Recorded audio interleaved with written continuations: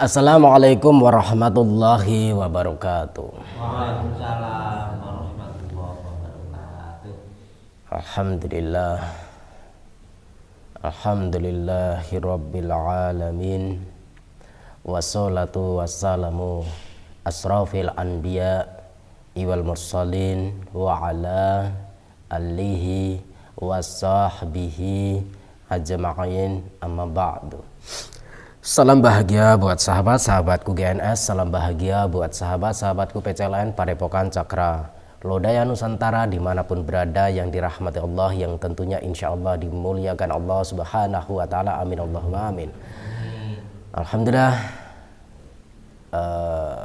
di kesempatan kali ini masih bertemu dengan saya dalam keadaan flu, ya, tapi bukan corona. Jadi Waalaikumsalam. Jadi sahabat-sahabat, kali ini kita akan menjawab semua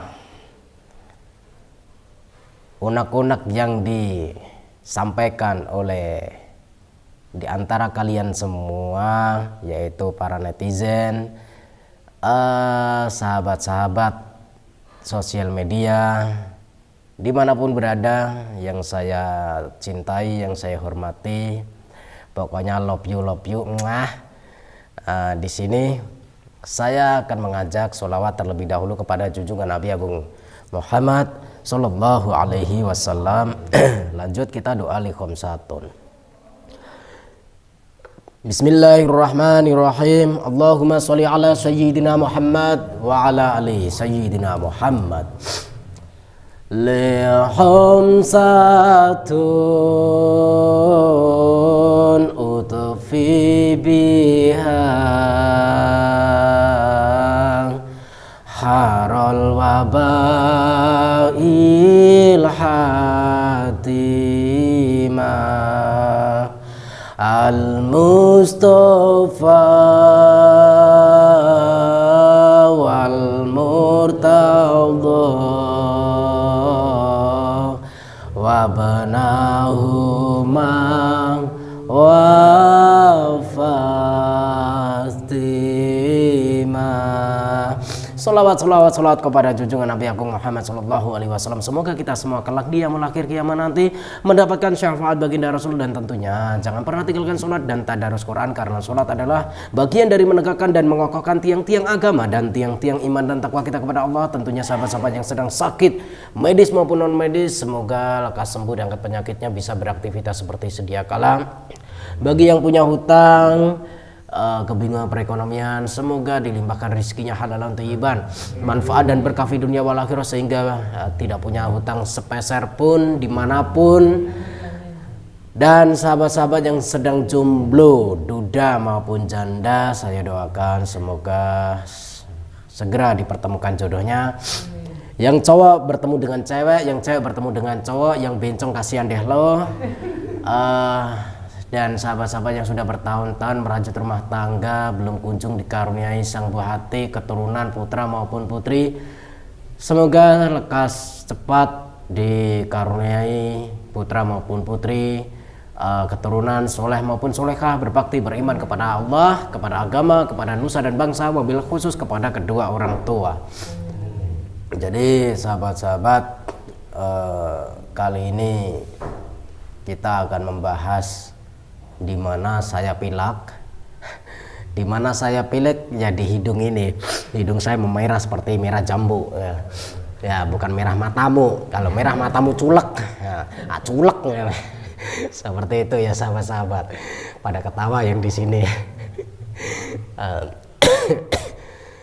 Walaupun saya dalam keadaan seperti ini, saya lemah, tapi tetap saya berusaha untuk ngelucu, berusaha untuk bikin kalian senyum, cengar-cengir, happy.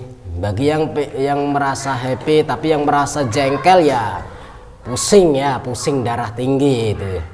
Kenapa? Karena saya kata-katain matamu merah lah, kan mata kan memang bener bahasa Indonesianya mata.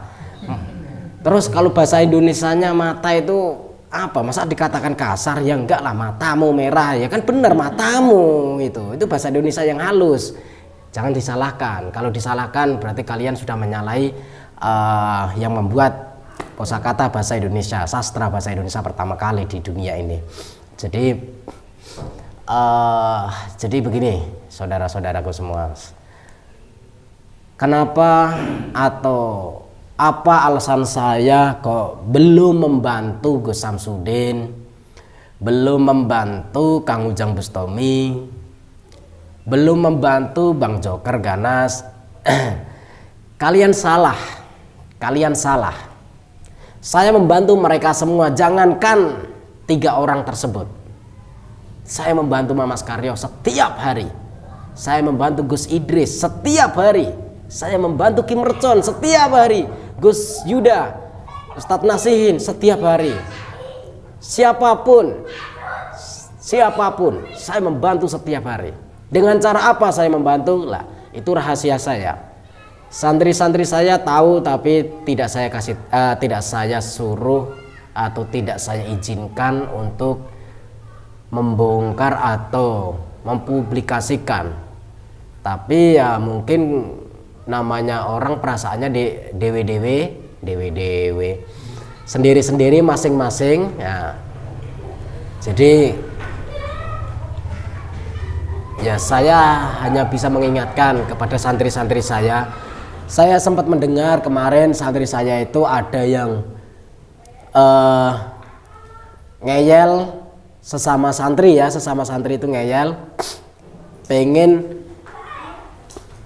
dikala saya membantu mereka, membantu dengan jarak jauh, membantu dengan cara saya, dan ini cara saya ini adalah tidak bisa dilakukan siapapun, karena ini orang yang sakti saja yang bisa ya.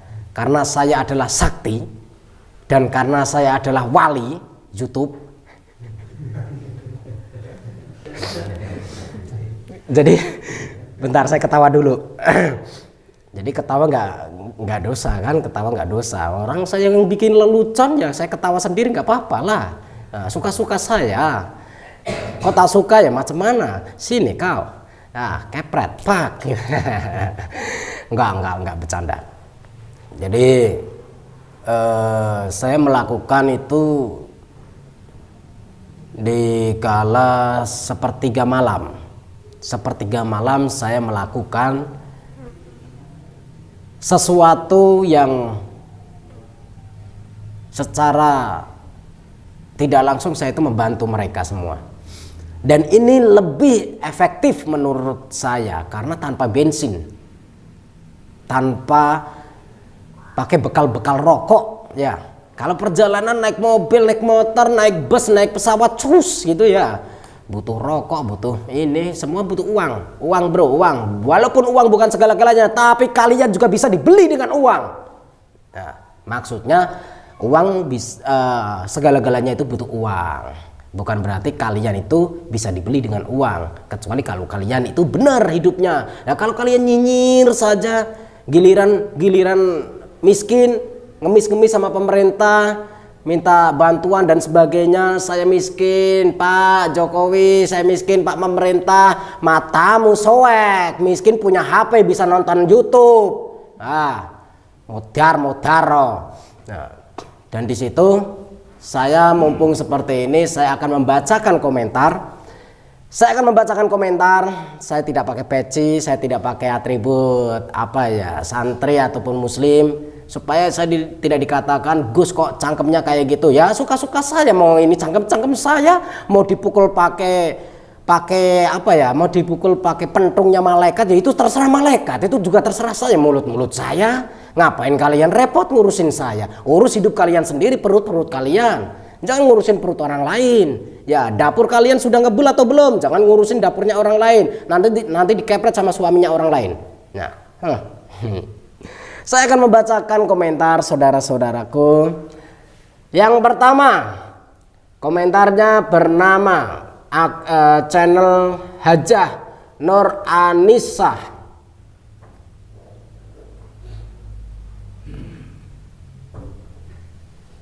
Nah, ini Hajah Nur Anissa mengatakan, kalau sesama spiritual itu dapat musibah harus saling menolong, membantu orang yang membutuhkan, itu gak harus diminta. Gus, apalagi Gus sama Gus Samsudin, ini nggak jelas ini kata-katanya, penempatan kosakatanya yang nggak beraturan. Itu kan sama-sama Jatim, maksudnya gini mungkin mengatakan Gus, mungkin saya bilangnya gini, Gus Nur Samsun, jenengan dan Gus Samsudin itu sesama spiritual, dan kalau ada yang spiritual membutuhkan pertolongan, nggak usah diminta pertolongan, harusnya sudah membantu, begitu nggih? Nah, terus sama-sama orang Jawa Timur, Jatim. Nah, ini akan saya jawab, tapi sebentar. Terus yang kedua dari channel yang bernama, ini rata-rata channelnya channel tanpa foto, yaitu channel nggak jelas ini. Umi Carcar, CAR, apa ini? Carcar, cacar, bukan CAR, kan Carcar. Apa atau apa nggak jelas ini namanya? Kasih nama yang bagus dong, cutek telek gitu. Nah, komentarnya, kalau niat mau bantu ikhlas lahir batin, itu gak harus dipinta, maksudnya gak harus diminta. Gus, itu yang aku tahu. Mau bantu fisik maupun bantu lewat doa itu gak perlu dipinta, tapi dengan kesadaran dan keikhlasan. Lah, ini yang mantap. Tapi ada sedikit kalimat sastra bahasa Indonesianya yang mungkin sedikit pengen mengatakan bahwa sebenarnya sama seperti komentar yang pertama. Jadi membantu itu tidak harus menunggu orang itu minta pertolongan, ya, seperti itu ya. Terus saya akan membacakan itu saja dulu ya. Saya balas, saya jawab. Dua komentar tadi, saya akan menjawab begini. Coba kalian bayangkan, anggaplah saya spiritual. Di sini ada beberapa tamu, di sini saudara-saudara sedang silaturahim, ngobrol-ngobrol, duduk-duduk manis dengan saya. Ya, karena di sini semua manis-manis, yang pahit-pahit adalah netizen yang suka komentar nyinyir. Itu pahit. Dan di situ saya akan menjawab. Kenapa kalian menginginkan mengatakan bahwa kalau menolong itu tidak harus menunggu orang yang membutuhkan pertolongan itu meminta bantuan atau menghubungi? Begini, saya mau menolong, misalkan ada pasien di sini, ada tamu-tamu di sini, minta tolong sama saya. Kira-kira kalau tidak datang ke sini, bisa nggak saya menolong? Nggak bisa. Kira-kira ataupun misalkan nggak datang ke sini,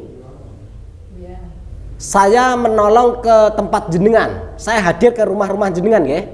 Nah, tanpa jenengan menghubungi saya, menelpon saya, atau meminta pertolongan saya supaya datang ke rumah jenengan, kira-kira saya bisa datang ke rumah jenengan nggak? Tentunya nggak bisa ya. Ini secara logika saja, logis. Jadi saya nggak bisa membantu siapapun, walaupun itu sesama spiritual ataupun tidak. Karakter saya adalah tidak pernah membanding-bandingkan, maupun spiritual kayak, maupun ustadz kayak, maupun kiai kayak, maupun pejabat kayak. Ya kalau tidak membutuhkan ya saya tidak bisa, kan seperti itu. Emang saya siapa? Saya orang biasa kok. Kalau saya nyelonong datang, saya datang tiba-tiba, kamu butuh pertolongan nih, akan saya tolong. Saya tahu kamu membutuhkan pertolongan. Terkesan saya sombong banget. Ya, Itu yang dikatakan sombong itu seperti itu sebetulnya. Bukan berarti kalau saya tidak menolong, saya dikatakan sombong. Nggak bisa. Saya tidak menolong itu karena tidak ada yang meminta, kan begitu? Sombong nggak sih? Orang tidak minta pertolongan. Saya nggak menolong. Saya nggak menolong kepada orang yang tidak minta pertolongan. Padahal orang tersebut sebetulnya membutuhkan. Sombong nggak sih? Ya enggak. Kenapa? Karena dia tidak membutuhkan pertolongan. Seperti itu. Lah kalau tidak membutuhkan pertolongan, lah ini konteksnya itu lain. Misalkan kecelakaan di jalan, mata kita lihat orang tersebut pingsan, kecelakaan pingsan. Orang pingsan bisa minta tolong nggak? Nggak bisa. Tapi kita wajib menolong nggak? Wajib menolong, bukan di foto, bukan di video, tapi wajib menolong. Bener? Kalau tidak menolong sombong. Bener nggak? Nah, ini yang bener. Tapi kalau misalkan orangnya baik-baik saja, masih punya ada anak istri santrinya, ya, dan itu cuma tayangan YouTube, ya, tepar, jatuh, kalah dan lain-lainnya, terus saya dipaksa sama netizen untuk menolong, dan si orang yang bersangkutan saja tidak meminta pertolongan kepada saya, masa saya mau menolong? Orang tidak meminta kok. Nah, kalau orang tidak meminta pertolongan, saya tidak menolongnya, berarti kan saya nggak sombong. Nah, dan saya sudah membuka lebar.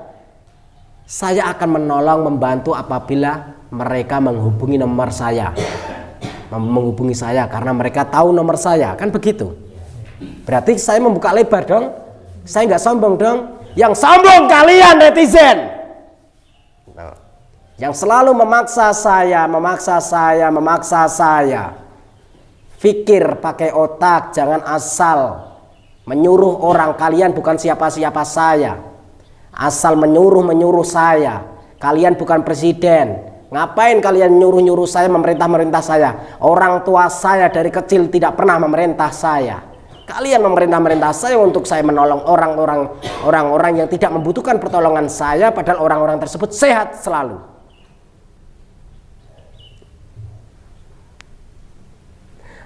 Gini, jadi sebetulnya saya sudah membantu mereka semua.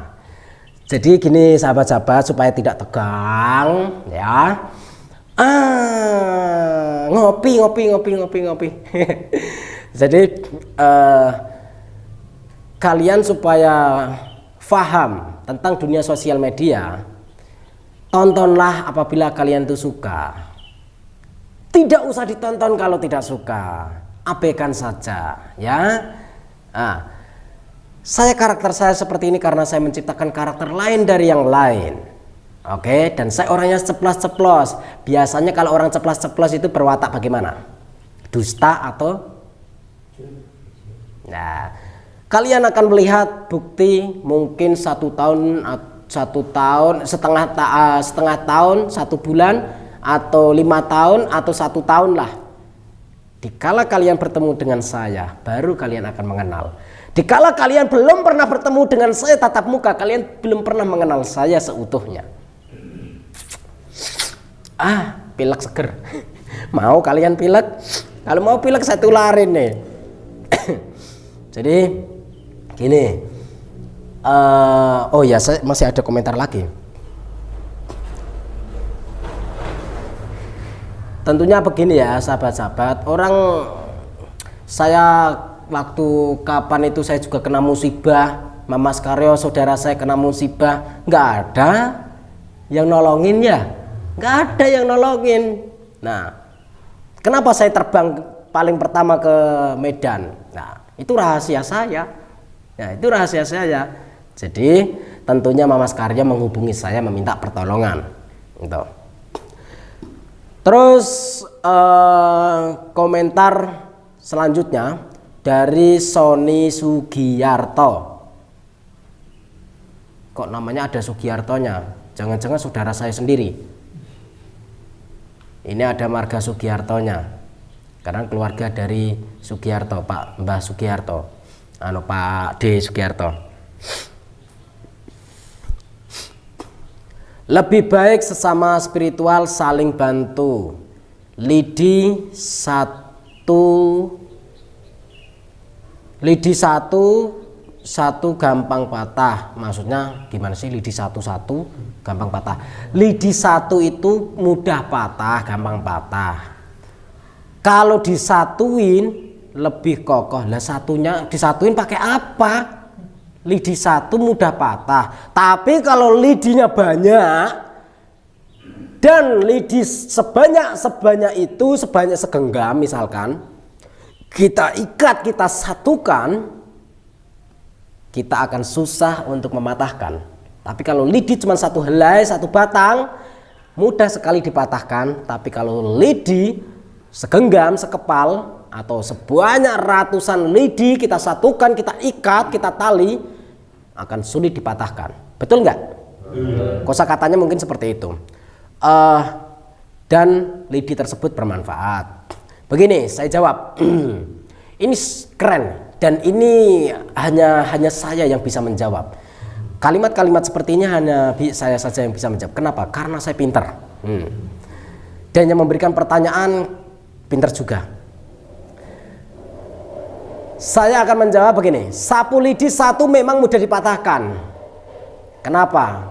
Karena tidak memiliki kekuatan 1 dibanding 1000. 1000 ini memiliki kekuatan, kenapa? Karena bila mana patah satu maka akan tumbuh 999, yang artinya di antara satu batang lidi dibantu segitu banyaknya lidi, yang artinya sapu lidi.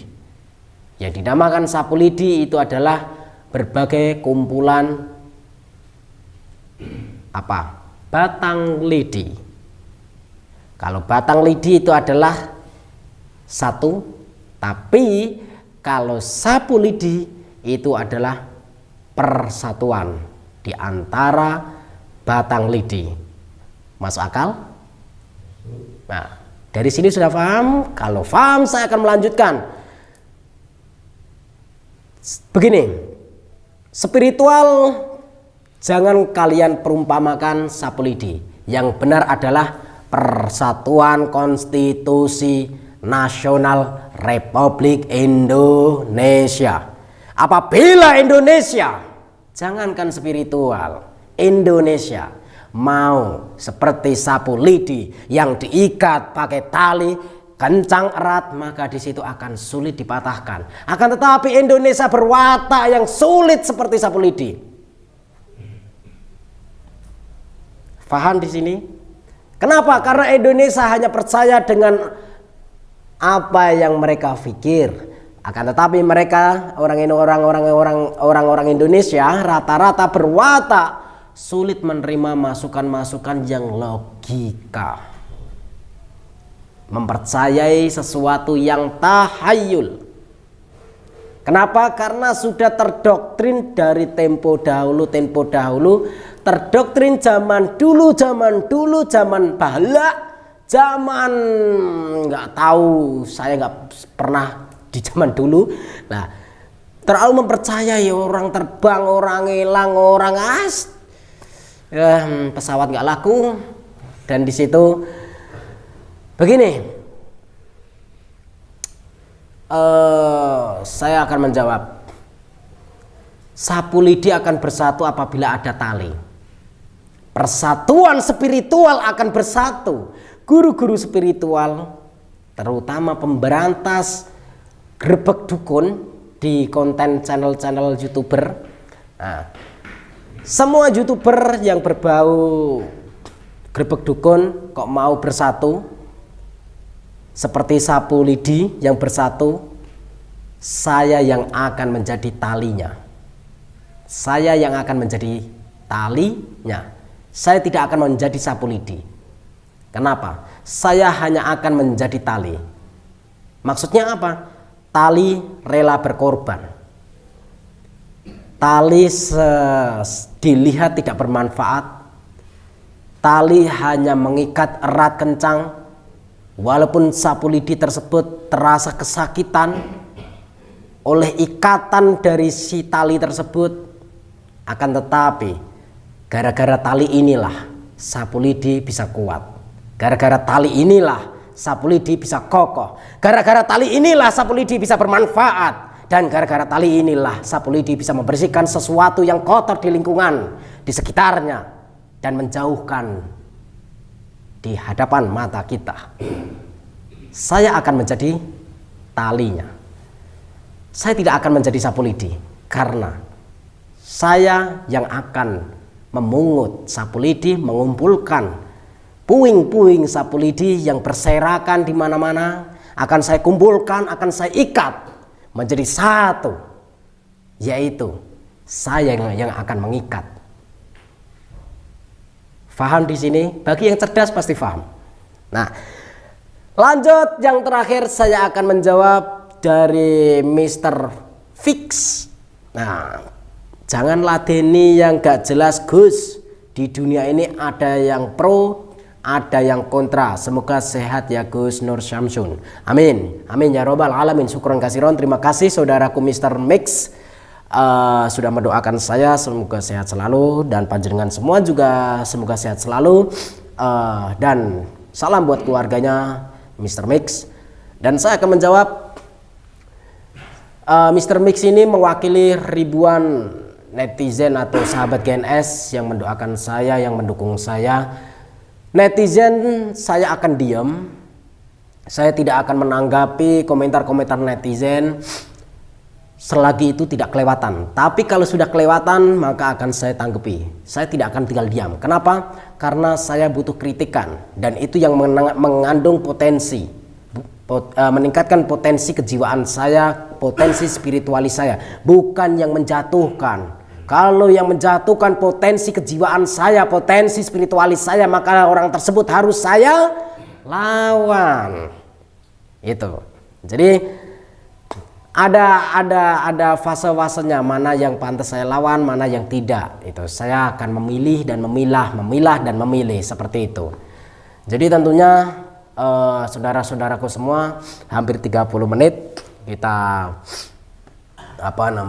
live ini ya, saudara-saudaraku semua, semoga bermanfaat, dan kalian semua semoga faham apa maksud saya tadi. Seperti sapu lidi ya, saya akan menjadi tali. Nah, seperti di belakang saya ini ada tali. Tuh. Kenapa di pintu saya, belakang saya ini, pintu ini kanan kiri ada talinya? Nah, supaya tidak doyong ke kanan, dan yang kiri supaya tidak doyong ke kiri. Karena keseimbangan, pintu harus kokoh, keseimbangan, karena pintu adalah keluar masuknya sesuatu yang bermanfaat maupun yang tidak bermanfaat, dan pintu akan terbuka maupun tertutup tergantung siapa yang akan melewatinya, siapa yang akan membukanya, dan di situ tentunya pintu akan mudah terbuka bila mana orang tersebut adalah memiliki niat yang baik, tulus, dan ikhlas. Itu filosofi dari saya. Saya bukan orang yang filosofi, saya hanya orang paling ngecaprak di dunia ini. Terima kasih dan akhirul kalam. Wassalamualaikum warahmatullahi wabarakatuh. Jangan pernah lupa salam putar tasbih, waca selawat. Jangan pernah lupa Indonesia harus cerdas.